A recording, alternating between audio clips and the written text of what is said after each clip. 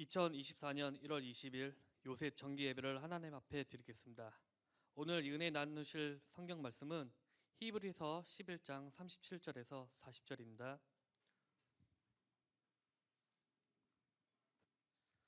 다 찾으신 줄 알고 히브리서 11장 37절에서 40절 말씀을 봉독하겠습니다. 돌로 치는 것과 톱으로 켜는 것과 시험과 칼에 죽는 것을 당하고 양과 염소의 가죽을 입고 유리하여 궁핍과 환난과 학대를 받았으니 이런 사람은 세상이 감당치 못하도다. 저희가 광야와 산중과 암혈로 토굴에 유리하였느니라.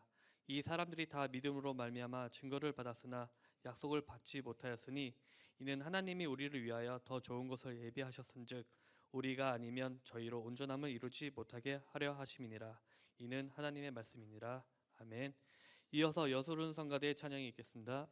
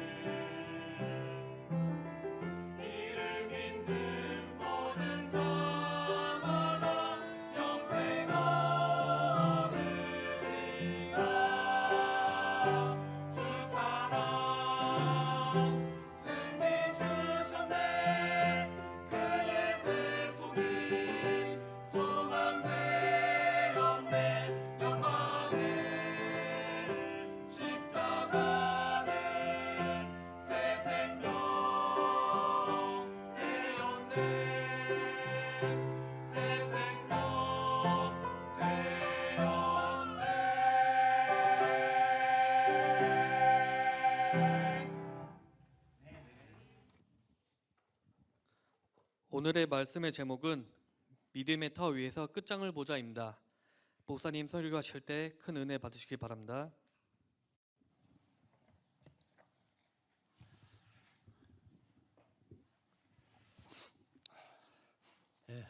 감사합니다.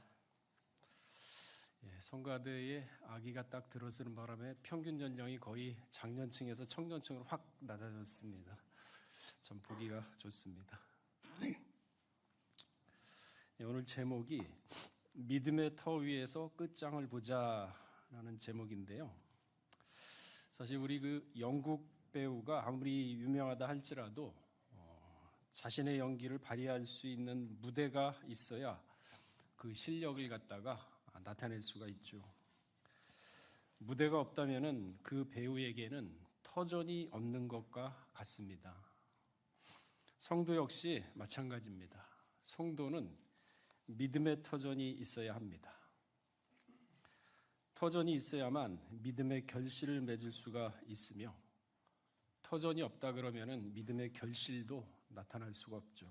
그래서 시편 기자는 시편 11편 3절에 보시게 되면은 터가 무너지면 의인이 무엇을 할꼬라고 기록을 하고 있습니다. 터가 무너지면은 의인이 할 수 있는 일이 아무것도 없다는 것입니다. 터, 사전적 의미를 살펴보게 되면요, 첫째로 건물이나 집을 지었거나 지을 자리, 이거를 터라고 얘기합니다. 또한 두 번째 의미로는 활동의 토대나 일이 이루어지는 밑바탕, 그러니까 무슨 일이 이루어지기 위해서는 그 바탕이 있어야 되는데 그게 터라는 얘기죠. 그렇다면 여기 성경에서 말씀하고 있는 터는 무엇을 의미하는 것일까요? 성경에서 말씀하는 터는 바로 역대 믿음의 선진들을 가리킵니다. 역대 믿음의 선진들. 구체적으로 말씀을 드리면은 아벨을 비롯한 노아, 모세, 아브라함, 이삭, 야곱 등등 역대 선지자들이 걸어온 신앙의 노선을 얘기합니다. 신앙의 노선.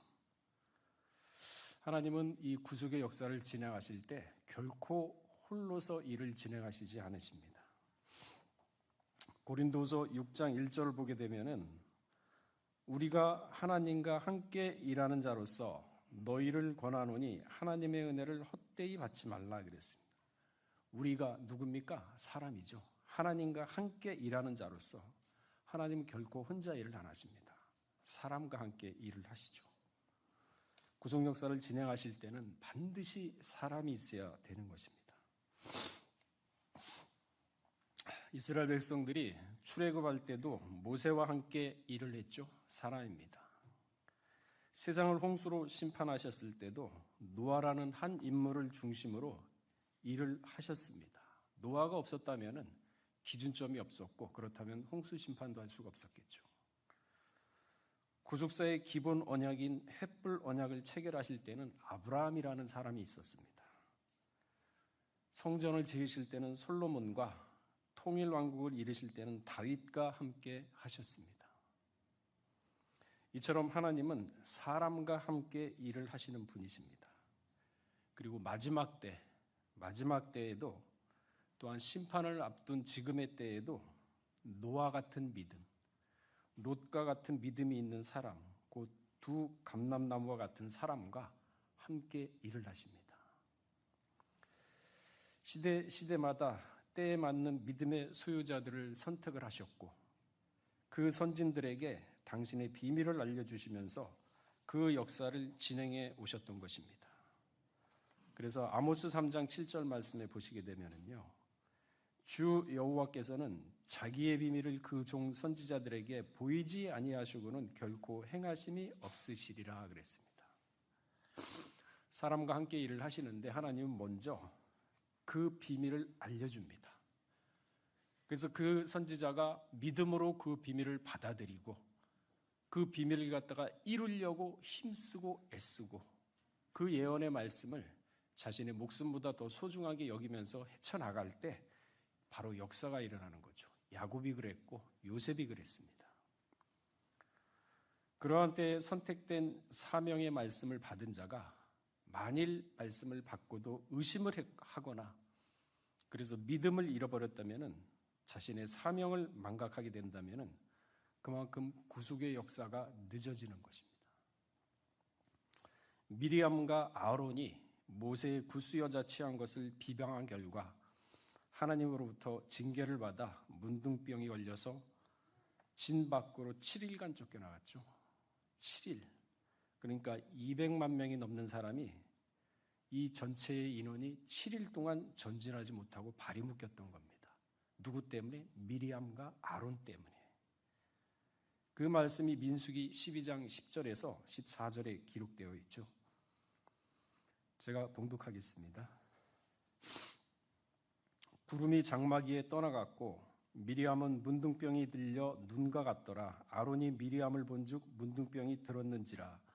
아론이 이에 모세에게 이르되 슬프다 내 주여 우리가 우매한 일을 하여 죄를 얻었으나 청컨대 그 허물을 우리에게 돌리지 마소서. 그로 살이 반이나 썩고 죽어서 모태에서 나온 자 같게 되지 마옵소서. 모세가 여호와께 부르짖어 가로되 하나님이여 원컨대 그를 고쳐 주옵소서. 여호와께서 모세에게 이르시되 그의 아비가 그의 얼굴에 침을 뱉을지라도 그가 7일간 부끄러워하지 않겠느냐. 그런즉 그를 진 밖에 7일을 가두고 그 후에 들어오게 할지니라 하시니라. 하나님은 미리암에 저항하는 것을 어떻게 표현했냐면 아비한테 자녀가 침을 뱉는 걸로 표현을 하고 있습니다. 그러면서 7일 동안 진 밖에서 들어오지 못하게 만드셨습니다. 7일 동안 늦어진 거죠. 또한 대표적인 사람으로 사도 요한이라는 사람이 있습니다. 사도 요한은 예수님보다 6개월 먼저 태어났죠. 그래서 예수님의 길을 예비하라는 사명을 받았습니다. 누가복음 1장 25절하고 26절까지를 보게 되면요. 주께서 나를 돌아보시는 날에 인간의 내 부끄러움을 없게 하시려고 이렇게 하심이라 하였더라. 여섯째 달에 천사 가브리엘이 하나님의 보내심을 받들어 갈릴리 나사시란 동네에 가서, 그러니까 읽어보게 되면 세례 요한의 사명에 대해서 자세히 기록을 하고 있죠. 15절에 보게 되면요. 누가복음 1장 15절. 저가 주 앞에서 큰 자가 되며, 세례 요한 얘기거든요. 사명이 얼마나 큰지, 저가 주 앞에서 큰 자가 되며 포도주나 소주를 마시지 아니하며 모태로부터 성령의 충만함을 입어 이스라엘 자손을 주 곧 저희 하나님께 많이 돌아오게 하겠습니다. 이게 세례 요한의 사명입니다. 많은 이스라엘 자손을 주께로 돌아오게 하는 사명이 있었습니다.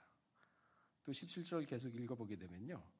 또 엘리야의 심령과 능력으로 주 앞에 가서 아비의 마음을 자식에게 거스리는 자를 의인의 슬기에 돌아오게 하고 주를 위하여 세운 백성을 예비하리라. 이게 바로 세례 요한의 사명이었던 거죠. 아주 큰 자였던 것입니다. 엘리야의 심령과 능력이라 그랬는데 엘리야의 심령, 어떤 심정일까요? 그러면 엘리야 시대 때 엘리야의 행적을 살펴봐야겠죠. 극심한 가뭄 속에서도 밀가루와 기름이 줄어들지 않는 믿음, 과부의 죽은 아들을 살리는 믿음, 바알과 아세라 선지자 850명과 대결해서 승리함으로써 이스라엘 백성을 하나님께로 돌리는 심정을 가졌던 것이 바로 엘리야. 세례 요한이 이러한 믿음 가지고 이스라엘 백성들을 하나님께로 그 마음을 돌렸어야 하는 사명이 있었던 거죠. 마태복음 3장 3절에 보게 되면은요.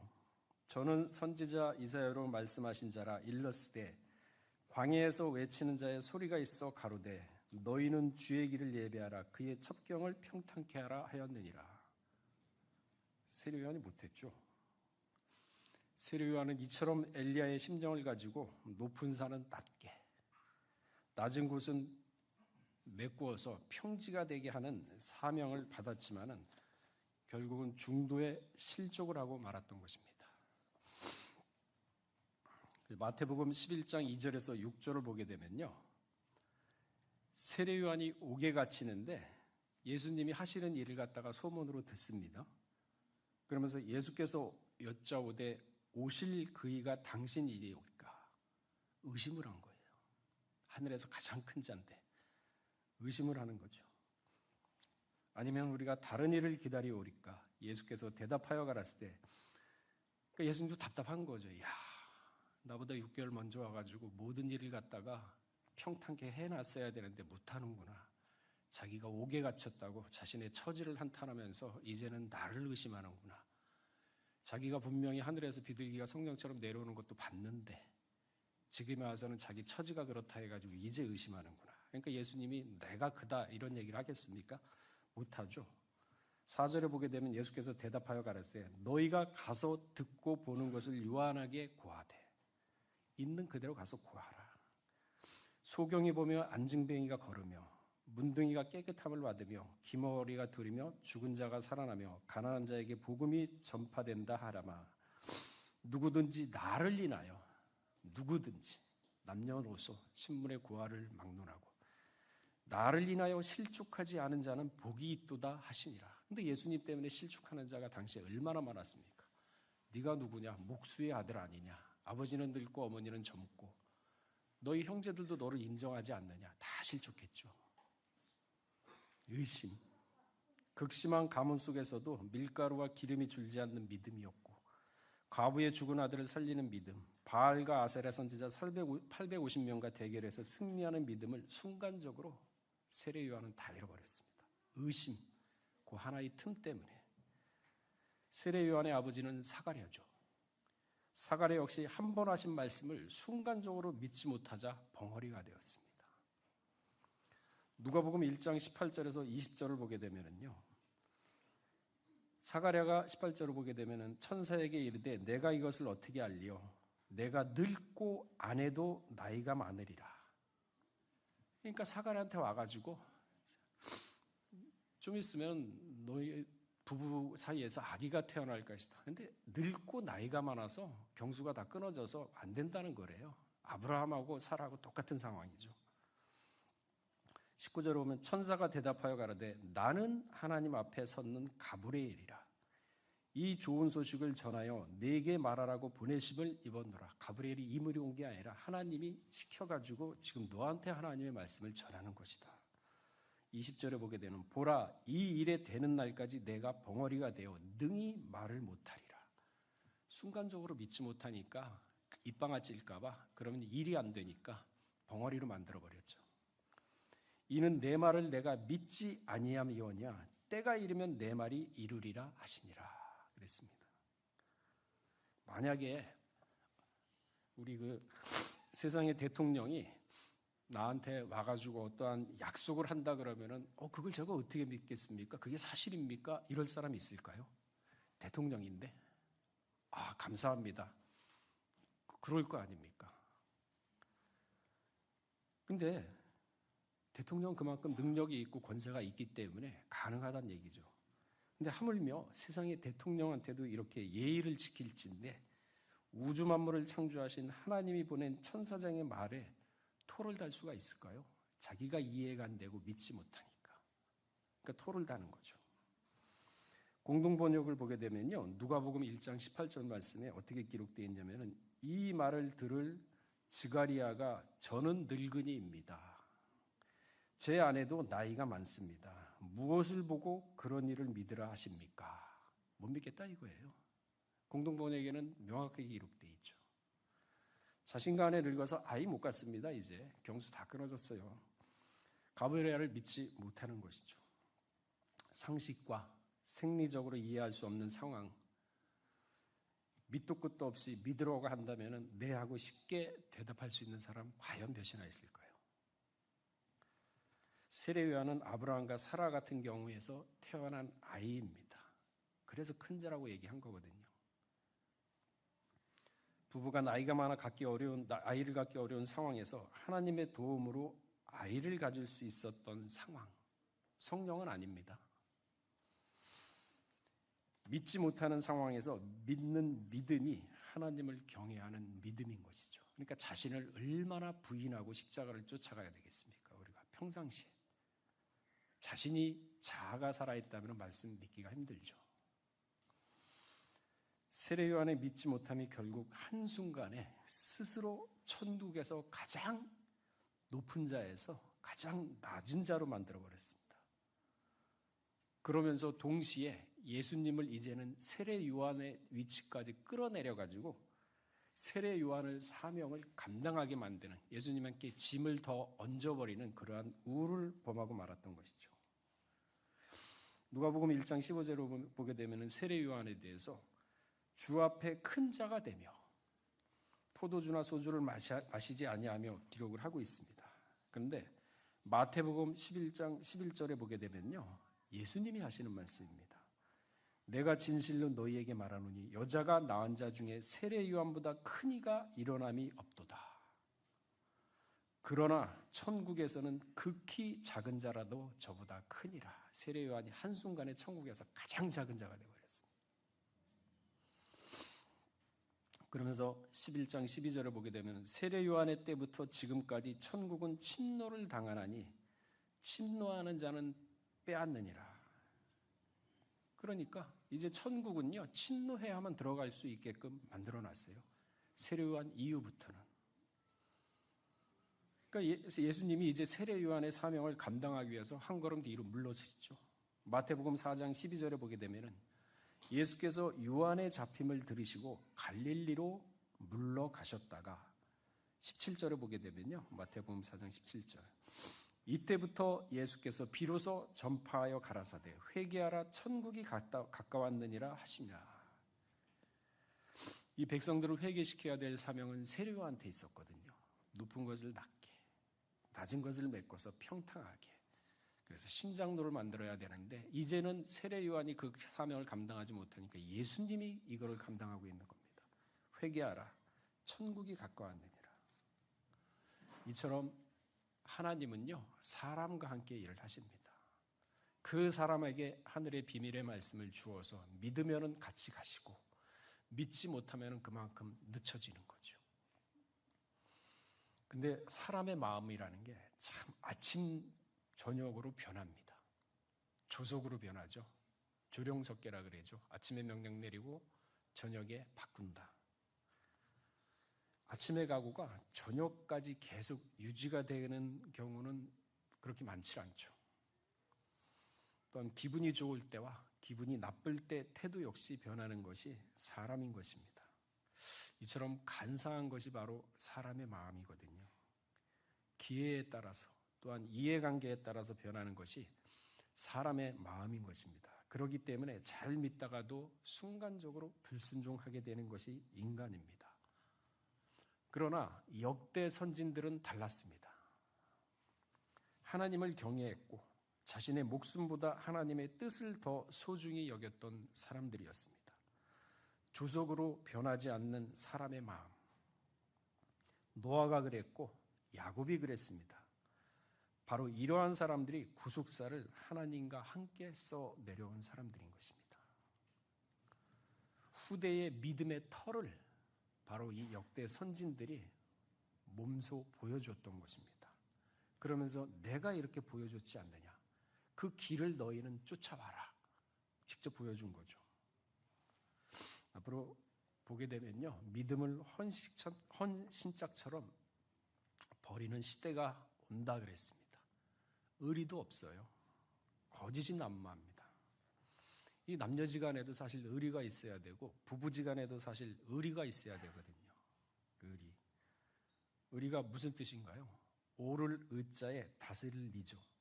그러니까 사람으로서 마땅히 지켜야 할 도리. 사람이라면 지켜야 할 도리가 있는 거예요. 부부관계에도 그렇고 형제관계에도 그렇고 부모와 자식관계에도 그렇고 지켜야 할 도리가 있는 거죠. 사람과의 관계에서 지켜야 할 바른 도리라 그랬습니다. 또한 남남끼리 혈족을 맺는 일이라 그랬습니다. 그러니까 의형제 맺는다 그러잖아요. 의리를 지키자. 이게 바로 의리입니다. 이런 게 없다는 거죠, 세상에는. 그러니까 믿는 사람은 생각이 하여간 똑같아야 돼요. 처음이나 끝이나 똑같아야 됩니다. 왜? 사람의 이해관계를 보는 것이 아니라 우리는 누구 앞에서 산다? 하나님 눈동자 앞에서 사는구나. 그러니까 신독이라는 말이 있습니다. 신독.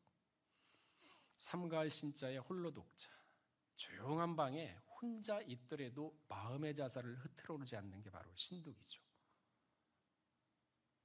혼자 있더라도 마치 이 방 안에 하나님이 같이 있구나. 항상 그걸 염두를 해두는 거예요. 머릿속에. 그러면 말과 행동이 쉽게 안 되거든요. 함부로 허투루 안 됩니다. 그러면서 자기 자신을 갖다가 마음을 다스릴 수가 있어요. 잠언서 4장 23절 말씀처럼. 그거를 또 하나님이 마음의 중심을 심령 골수를 쪼개서 보시거든요. 그러니 그 사람이 복을 안 받겠습니까?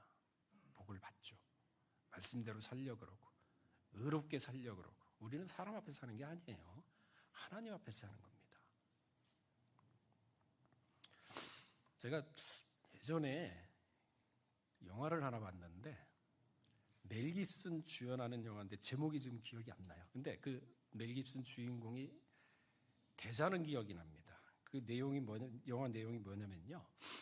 이 멜 깁슨 주인공 딸이 이제 환경 운동가였던 것으로 기억을 하는데 대기업의 불법 폐수를 갖다가 결국은 사회운동가로서 폭로를 하게 되죠.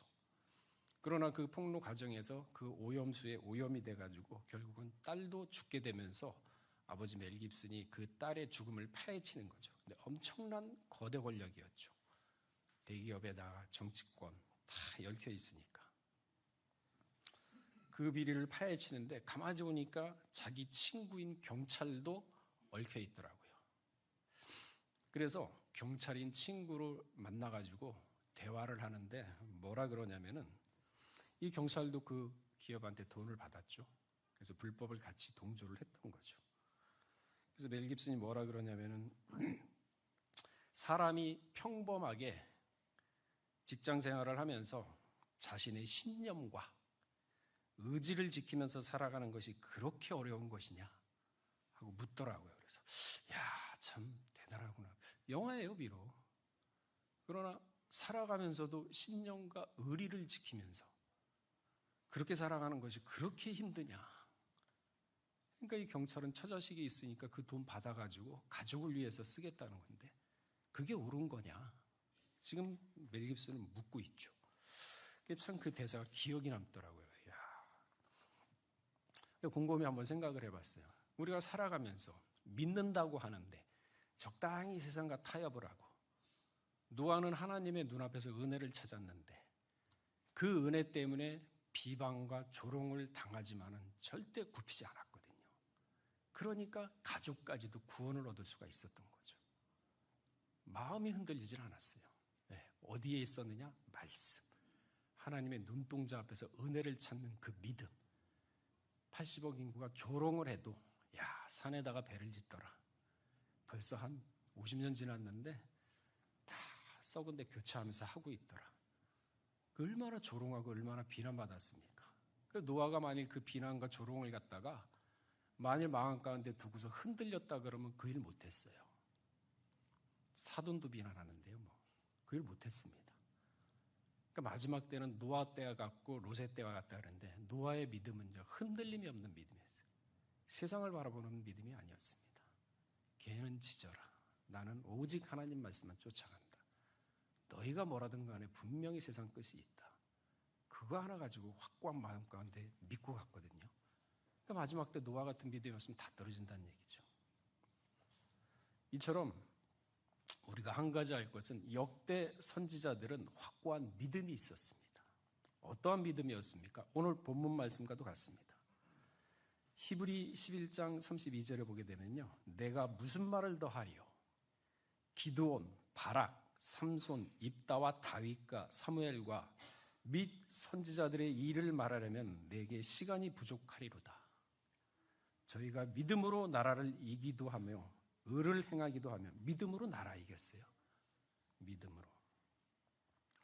약속도 받기도 하며 사자의 입을 막기도 하며 불의 세력을 멸하기도 하며 칼날을 피하기도 하며 연약한 가운데서 강하게 되기도 하며 전쟁에 용맹되어 이방 사람들의 진을 물리치기도 하며 여자들은 자기 죽은 자를 부활로 받기도 하며 또 어떤 이들은 더 좋은 부활을 얻고자 악형을 받되 구차히 면치 아니하였더라.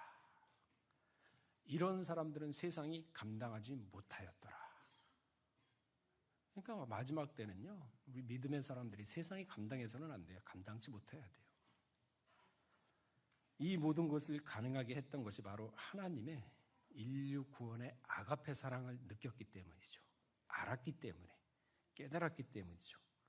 말로 형용할 수 없는 사랑을 받은 인류는요, 우리가 지금 죄에 의해서 구원을 받았다 그러지만 이게 통상적으로 하는 말이지 진짜 우리 마음 가운데 죄인이었구나, 우리가 진짜 이 죄 가운데서 구원을 받았구나 체험하고 마음 깊이 육비에서 느껴지면서 그거를 갖다가 첫사랑처럼 간직하고 살아가느냐 한번 돌아볼 문제죠. 인류는 오히려 하나님께 항변합니다. 말라기 1장 2절 말씀에도 그 말씀이 있죠. 여호와께서 가라사대 내가 너희를 사랑하였노라. 하나님은 공개적으로 얘기를 해요. 나는 너희를 분명히 사랑했다. 하나 너희는 이르기를 주께서 우리를 어떻게 사랑하셨나이까 하는도다. 뭐를 사랑했습니까? 사랑한 게 뭡니까? 따지죠. 그러니까 뭐라 그럽니까? 에서는 야곱의 형이 아니냐. 그러나 내가 야곱을 사랑하였고 분명히 선택권이 있었다는 얘기죠. 아주 대못을 박죠. 말라기 1장 6절에 보게 되면요, 내 이름을 멸시하는 제사장들아 나 만군의 여호와가 너희에게 이르기를 아들은 그 아비를 종은 그 주인을 공경하나니 내가 아비일진데 나를 공경함이 어디 있느냐. 내가 주인일진데 나를 두려워함이 어디 있느냐 하나 너희는 이르기를 우리가 어떻게 주의 이름을 멸시하였나이까 하는도다. 하나님께 잘못하고도 무슨 잘못을 하고 있는지 좀 모르고 있는 거예요, 인류는. 그러니까 하나님 이름을 가벼이 여기죠. 그러니까 하나님이 참다 우리를 얼마나 사랑했고 우리를 사랑한 게 무엇입니까? 그러니까 하나님이 항변을 합니다. 이제는 요한복음 3장 16절에 보게 되면 하나님이 세상을 이처럼 사랑하사 독생자를 주셨으니 이는 저를 믿는 자마다 멸망치 않고 영생을 얻게 하려 하심이라. 이렇게 사랑했다. 근데 독생자까지 줬지 않느냐. 하나님이 피눈물을 흘리고 있지 않습니까? 인류는 그저 아직도 사춘기 소년일 뿐입니다. 반항하는 철부지 어린아이일 뿐입니다. 철이 든 자녀라면은 부모의 뜻을 헤아리고 그 뜻을 이루어드리는 것이 자녀된 도리인데 우리는 아직도 부모에게 이것도 해달라 저것도 해달라 조르면서 어린아이와 같은 모습을 보이지 않는가 생각을 해봐야 됩니다. 이미 다 줬거든요. 다 줬어요. 그러니까 내게 능력 주시는 자 안에서 할 수 있다. 능력까지도 줬어요. 다만 그 능력을 쓸 줄 몰라요. 스스로 자각이 안 됩니다. 큰 권한과 큰 능력을 받았음에도 그 능력을 내가 지금 발견을 못하고 있어요. 왜 아직도 세상이 그대로인가? 그러니까 하나님은 당신의 사랑을 이루기 위해서죠. 왜? 디모데전서 2장 4절에 보게 되면 하나님은 모든 사람이 구원을 받으며 진리를 아는 데 이르기를 원하시니라 그랬습니다. 구원을 받고 참된 진리를 알기를 원하면서 지금까지도 기다린다는 거죠. 믿음의 선진들은 인류의 구원을 위하여 자신의 인생과 목숨까지도 희생했던 진정한 믿음의 사람이었던 것입니다. 이들은 모두 말씀을 상고함으로 인해서 하나님의 심정을 헤아렸던 사람들입니다. 하나님의 뜻을 이루기 위하여 자발적으로 은혜의 도움으로 구속 역사의 한 페이지를 써내려갔던 사람들입니다. 이들이 이렇게 한 이유는 왜 그랬습니까? 각자 지금의 여러분들을 위해서. 본인들이 잘나서 그런 게 아니에요. 믿음의 터인 선진들의 역사. 자, 우리 히브리서 11장 35절에서 40절 한번 읽어볼까요? 그러니까 여러분들이 지금은요 좀 자각을 하셔야 돼요. 여러분들이 아니면은요 지금까지 왔던 모든의 믿음의 선진들이 헛수고합니다. 계주를 하고 있거든요. 그 계주의 마지막이 여러분이에요. 그러니까 여러분들은 이제는 어린아이 같은 신앙이 아니라 이 세상에 대해서, 인류에 대해서 책임감을 가져야 돼요. 내가 뭔데 책임감. 믿는 대로 되는 거죠. 내가 뭔데가 되는 건데. 그래? 인류를 책임졌어? 내 어깨에 있어? 믿은 대로 되는 거고. 좀 포부를 넓히세요. 자, 히브리 11장 35절부터 40절까지 읽어보겠습니다. 자, 시작. 여자들은 자기의 죽은 자를 부활을 받기도 하고 또 어떤 이들은 더 좋은 부활을 얻고자 하여 악형을 받되 구차히 면치 아니하였으며 또 어떤 이들은 희롱과 채찍뿐 아니라 결박과 옥에 갇히는 시험도 받았으며 돌로 치는 것과 톱으로 켜는 것과 시험과 칼을 죽고 당하고 양과 염소의 가죽을 입고 유리하여 궁핍과 환난의 역달을 받았으니 이러한 사람은 세상이 감당치 못하도다. 저희가 광야와 선중과 아멸과 토굴에 유리하였느니라. 이 사람들이 다 믿음으로 말미암아 증거를 받았으나 약속을 받지 못하였으니 이는 하나님이 우리를 위하여 더 좋은 것을 예비하셨은즉 우리가 아니면 저희로 온전함을 이루지 못하게 하려. 우리가 아니면요, 저기 믿음의 선진들 지금까지 고생한 거 다 헛수고예요. 마지막 계주 주자예요. 그러니까 여러분은 이 역사에 책임감을 가져야 돼요. 그러기 위해서 마지막 때 선택받은 사람들이라니까요. 근데 왜 스스로가 스스로를 나약하게 합니까? 왜 자약을 합니까? 왜 스스로를 약하게 여깁니까? 사람은요, 믿는 대로, 생각하는 대로 바뀝니다. 우리가 아니면요, 그들로 온전함을 이루지 못한다 그랬어요. 우리가 마지막 계주를, 바톤을 갖고 있는 겁니다. 우리가 마지막에 진짜 하나님 말씀대로, 뜻대로, 말씀 그대로 변화가 된다 그러면 이루는 거죠. 구속사의 완성에 한 조각 퍼즐이 남아있는데 누구에 의해서 완성이 되냐? 마지막 때를 살고 있는 여러분, 각자. 마태복음 23장 35절을 보게 되면요, 그러므로 의인 아벨의 피로부터 성전과 제단 사이에 너희가 죽인 바가랴의 아들 사가랴의 피까지 땅에 흘린 의로운 피가 다 너희에게 돌아가리다. 누가복음 11장 51절에도 곧 아벨의 피로부터 제단과 성전 사이에 죽임을 당한 사가랴의 피까지 하리라. 내가 너희에게 이르니 과연 이 세대가 감당하리로다. 감당해야 돼요, 세대가. 그러니까 마지막 때 심판이 얼마나 크겠습니까? 지금까지 아담부터 지금까지 수많은 피를 흘렸던 아벨의 피부터 사가랴, 지금 오늘날까지 예수를 위해서, 말씀을 위해서 죽었던 모든 사람의 피를 한 번은 다 갚는답니다.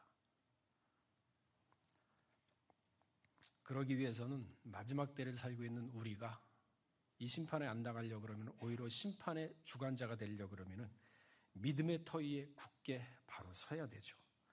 그래야만 하나님의 뜻을 이룰 수가 있는 것입니다. 그래야만 말씀이 우리 마음 가운데 있어야만 사비부 보호를 받을 수가 있는 겁니다. 마지막 때가 가까울수록 마귀의 발악은 더욱 심해져 갈 것입니다. 계시록 12장 9절에 보게 되면은 큰 용이 내어 쫓기니 옛뱀 곧 마귀라고도 하고 사단이라고도 하며 온 천하를 깨는 자라. 그가 땅으로 내어 쫓기니 그의 사자들도 그와 함께 내어 쫓기리라. 하늘에 있다가 땅으로 쫓겨났어요. 어디로 갑니까? 영물인데 사람의 마음속에 가죠. 그러니까 사람의 마음을 갖다가 싱숭생숭 만들고 허영심 만들고, 마음이 허전하니까 돈을 찾고 권력을 찾고 이성을 찾고 거기에서 만족을 얻으려고 하는데 만족이 되나요? 안 되는데, 사람의 마음은 무적갱이 같아서 끝이 없는데 오직 하나님의 말씀으로만 만족을 느끼는 게 사람의 마음인데, 그렇게 창조를 하셨는데, 그러니까 세상이 이 모양 이 꼴 되는 거 아닙니까? 그러니까 땅에서 옛뱀 마귀들이 와서 사람들의 마음에 가서 뭐를 하느냐? 황금만능주의, 염세주의. 아유, 살면 뭐하냐? 인생 뭐 있어? 그냥 뭐 잘 먹고 잘 살다가 그냥 목숨 끝나면 끝나는 거지. 그렇게 염세주의를 탁 심어놨는데도 모르잖아요. 그렇게 살다가 자살하는 사람은 얼마나 많습니까? 그러니까 이러한 세계를 모르니까 그렇게 살다 가는 거예요, 짐승처럼. 계시록 12장 12절에도 보게 되면 그러므로 하늘과 그 가운데 거하는 자들은 즐거워하라. 그러니까 하늘에 있으면요, 이 세상이 무슨 환란이 온다 그래도 상관이 없습니다. 왜? 세상은 우리하고 상관할 게 없다 그랬거든요. 요한복음 14장 30절에 그 말씀이 있죠. 세상의 임금은 우리하고 상관할 게 없다. 그러니까 누가 고난을 당하는지, 일단 성전 밖에 이방인들은 내어줬다 그랬으니까 너희는 관여하지 말라 그랬어요. 불쌍히 보지도 말라 그랬어요. 말씀 전하고 아니라 그러면 그냥 돌아서라 그랬어요. 신발 털고서. 그게 내 사명 다 하는 겁니다. 그러면 환란이 온다 하더라도 마음은 평안해요. 그 예수님이 부활하고 나서 첫 일성이 뭔가요? 너희에게 하늘의 평강이 있어요. 평강만 있으면요, 편안합니다. 그러나 땅과 바다는 화 있을진저 그랬습니다. 계시록 12장 12절에. 마귀의 자기 때가 얼마 남지 않은 걸 알기 때문에 크게 분내어서 내려와가지고 한 사람이라도 더 끌어내려가지고 실족하게 하고 염세주의 빠지게 하고 세상의 물질에 취하게 하고 쾌락에 취하게 하고 그렇게 살다가 그렇게 죽이는 거죠.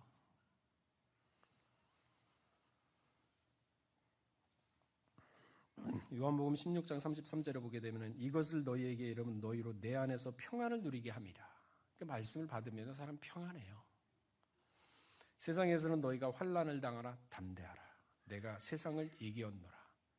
그러니까 이 말씀 믿으면 되잖아요. 그러니까 벌써 다 줬는데도 믿지를 못하니까 다시 한번 돌아서 내 경험과 세상에 눈이 더 뜨이니까 마음이 불안하고 초조하고 미래가 불안하고 그러지 않습니까? 자, 말씀을 정리하겠습니다. 지금은 우리는 마지막 때를 살고 있습니다. 마지막 사명을 감당하는 성도의 사명이 분명히 있습니다. 피하면은 그 촛대는 분명히 다른 사람들에게 옮겨지고 그 사람은 버림을 받게 됩니다. 마치 사도 요한처럼, 세례 요한처럼 하나님의 뜻에 동참하는 자, 영육간에 능히 감당할 힘과 능력을 주십니다. 마치 다윗처럼 새 마음을 얻게 되고 하늘의 신이 인도해 주심을 믿는 이제는 신앙의 체험을 하는 2024년도가 되어야 합니다. 그래서 우리 요셉성교의 2024년도에는 유다서 1장 20절 말씀처럼 거룩한 믿음의 자신을 건축함으로 신앙의 장성함을 이루어서 마지막 때에 맞는 성도의 모습을 갖춰가는 그러한 요셉성교의 모든 가정이 되시기를 주의 이름으로 축원하겠습니다. 다 같이 기도하겠습니다. 살아임하신 하나님 아버지, 믿음의 터 위에서 끝장을 보았던 역대 선지자들을 비록 짧은 시간이나마 살펴보았습니다. 이 세상을 살아가면서 자신의 신념과 자신의 확고한 의지로 살아가는 사람들이 있습니다. 그러나 그보다도 더 뛰어난 것은 신앙이라 하였사오니 신앙을 간직한 사람은 세상에 치우치지 않고 좌우로 치우치지 아니하며 오직 세상의 80억 인구가 비방을 하고 조롱을 한다 그래도 그 마음의 평강을 가지고 오직 하나님 말씀을 쫓아가는 자오니 이러한 자들이 반드시 하나님의 구속 역사를 이루는 자라고 하였습니다. 아버지 하나님, 우리 요셉성교회 한 사람 한 사람 한 가정 기억하여 주시사 마지막 때를 살아가는 이때에 오직 믿음의 터 위에 올바로 서서 오직 말씀, 오직 믿음으로 세상을 이기고 자신을 이기고 죄악을 이김으로 말미암아 마지막 때 성도의 모습을 갖춰가는 귀한 요셉성교회 각 사람들 될 수 있도록 은혜를 더하여 주시옵소서. 오늘 또한 이렇게 주신 말씀 감사하여 헌물을 바치고자 하는 가운데 있습니다. 먼저는 그 마음을 기억하여 주시옵고 그 손길에 만사형통의 축복으로 인도하시사 하고자 하는 모든 일에 좋은 결과로 나타나서 그 열매를 따먹는 우리 요셉성교회 모두가 될 수 있도록 은혜를 더하여 주시옵소서. 모든 말씀 빌고 원하올 때 존귀하신 예수 그리스도 받들어 감사하며 기도를 올렸사옵나이다. 아멘.